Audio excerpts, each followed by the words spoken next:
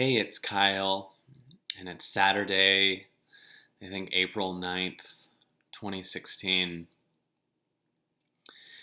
And for the last, I don't know, for quite a bit of today and a lot of yesterday, I've been alone at my place. And I forgot how important this is. A week ago, I did my event. I did a 1,400 seat event, and I put every single thing I had into it. I was just surrounded by such amazing, open-hearted people and my beautiful team, and it was amazing. And I was performing and I was speaking. And when I do these events, I do something that I think we all often do with the people that we're around. Sometimes when I'm with anybody, I'm so aware that they're there, and often there's an empathetic part of me that holds the space of thinking of what they might want while simultaneously holding a space at the moment. So when I do my event, for instance, I know so well where people are and what they're feeling. And I'm also in a space of this moment, so I'm helping them give themselves permission by holding this space, but also feeling where their fears are and what, the leap is they're going to make or what they're going to let go of, and being really empathetic to where they are in their pain or their growth or their possibilities. And I think the reason I can be so empathetic to it is because I know what it has felt like in the past for me. And whenever I'm feeling someone who's going through this pain of what they're going through, it reminds me of that exact feeling. And I know what that feeling feels like, and I can help them and walk them through growing and being even more connected to themselves. And it's an incredible experience, but it's what we do everywhere. I think that if you've ever just sat at a restaurant with someone and you say something and then you're aware of what they might be thinking about what you're saying. So you could be like, yeah, I'm a firefighter now. And you're like, I know it sounds crazy, because there's a you that knows what they might be thinking. Or it might be wrong. It could be projecting what they might be thinking. But my point is that when we're with somebody, we often, not always, but we can often split our highest calling of our connection to ourself and making sure that they're happy or feel heard or whatever. So often we hold this space with them. And for me, when I was doing the event this last weekend, I'm holding that space. And then I said that I was going to meet anyone who wanted to afterwards. And hundreds of people got in line. And I was so honored. I got to meet all these people. But I, at that point, was exhausted because I just done the event. And I just sat in this place of being and listened to everybody. And there was a point, I'm not kidding, while I was talking to one person, and I could see a line of 100 people or so past that person. While that person was talking, I just heard my body go, right now is the line. If you don't leave right now, you're going to get sick. I felt dizzy. I felt this, we're over the line. I felt my body go, you have done too much. You've spent this weekend not in your alignment with yourself, but like basically you'd been filling your cup for weeks before, and you spent this whole weekend just emptying it, holding that space of potential, emptying it. And then I did this meet and greet with everybody, and then I felt my body go, right now is your line. And of course there was a long line of people still, so I stayed. And then I got sick. And I felt my body tell me it's right here. And I truly believe one of the reasons we get sick is much more than just you caught someone's bug. I believe that it's also the stress we give ourselves by trying to make other people happy and trying to stay in a space. So when the following Monday came, my incredible team had to take care of a few other things, so they came over.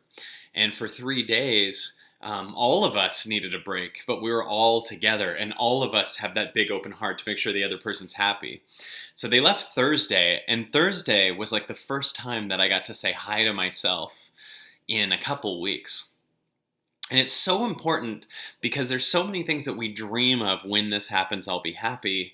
And I had such an exciting time when I did the event, but I've been having such a fulfilling time alone. It's not as much exciting as it is releasing the old story of me as much as it is me being here in this moment.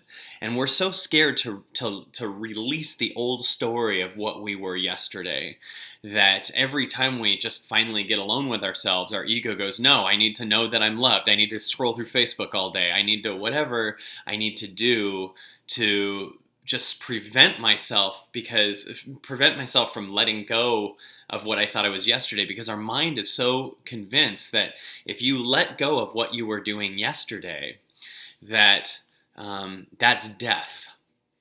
And it's death to that story, but it's the birth of this moment.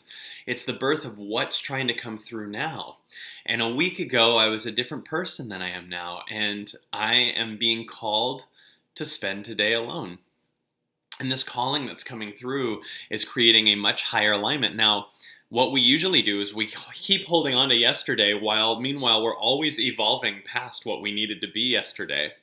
And the farther the gap between what you're holding on to and what you're aware and some subconscious text that you actually are, the more stressed you're going to be, because you know that, for instance, you don't have to hold on to this job or this person or this story or whatever.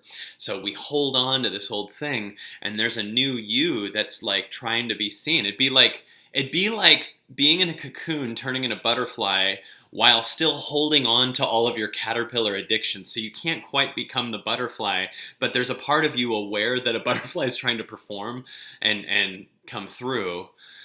So you're just holding on to this old story and not letting the butterfly come through. You're like, well, my caterpillar friends, I'm going to lose all of my caterpillar friends, and I have to go through caterpillar Facebook all day, and I have to whatever. And whether you like it or not, this birth of a greater you is always trying to happen. And through just chilling on the couch for a few days off alone, you get to fit into the mold of what you're aware that you could be. So the worst pain is to be aware you could be somewhere else, but holding on to the old thing. So for instance, if you go through a moment like, I gotta stop checking Facebook so much, and then you spend all day checking it, but you're aware that you don't want to, then there's an awareness gap. There's some people not aware of that. Some people, it might be their first minute on Facebook, so their highest calling might be to check it all day. But eventually, like your 21st birthday, it's totally cool if you go get drunk, right, on your 21st birthday. It's like it's an evolving to a place where this is the norm, where you can do this legally. But then when you're in your 50s and you're getting drunk all the time, it might be like, I'm aware that there's more now and I don't need to do that anymore. But if we know that there's more and we hold on to the old way, we really get stressed and we really get in a lot of pain. And that's why this weekend is so magic to me, because I get to reconfigure and acclimate myself back into the alignment of what I am, because I was so empathetic in the last week to so many people that I forgot what I really am and what I'm trying to become. And I was just holding the space for so many people and wanting to make sure the event was so magical. And now I feel this evolution happening even faster, because I'm not holding on to yesterday as much. I'm allowing this new birth to come through so that I can access whatever butterfly or unknown thing I've never got to be before on a whole new level. So I just wanted to remind people, it's really me reminding myself, but sometimes I really like to do it through these videos, that being alone, if you're not doing something incredibly addictive all the time, and if you are, that's just going to springboard you to be alone and find what's wrong. So it's okay. Like, you're going to grow and change no matter what. Either the things you're doing you don't like are going to become more and more painful, and the universe is just going to kick your ass for not listening to yourself, or you can just let go and listen to yourself and stay in that alignment. But we're always evolving. We're always growing. We're always changing. And it's always happening, and we can either join the train that's always trying to evolve, or fight the train so that you get in so much pain that you go right back onto the train again.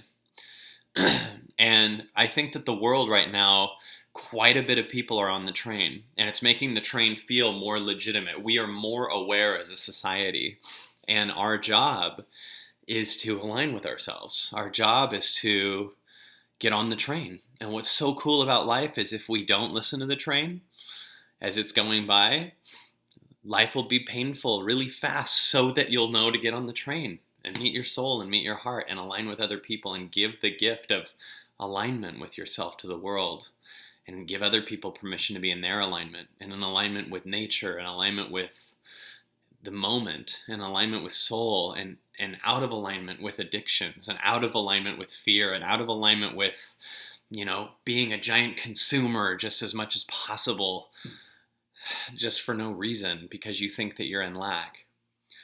So today I'm just chilling at my house. There's a lot of missed calls from people, a lot of texts asking me where I am.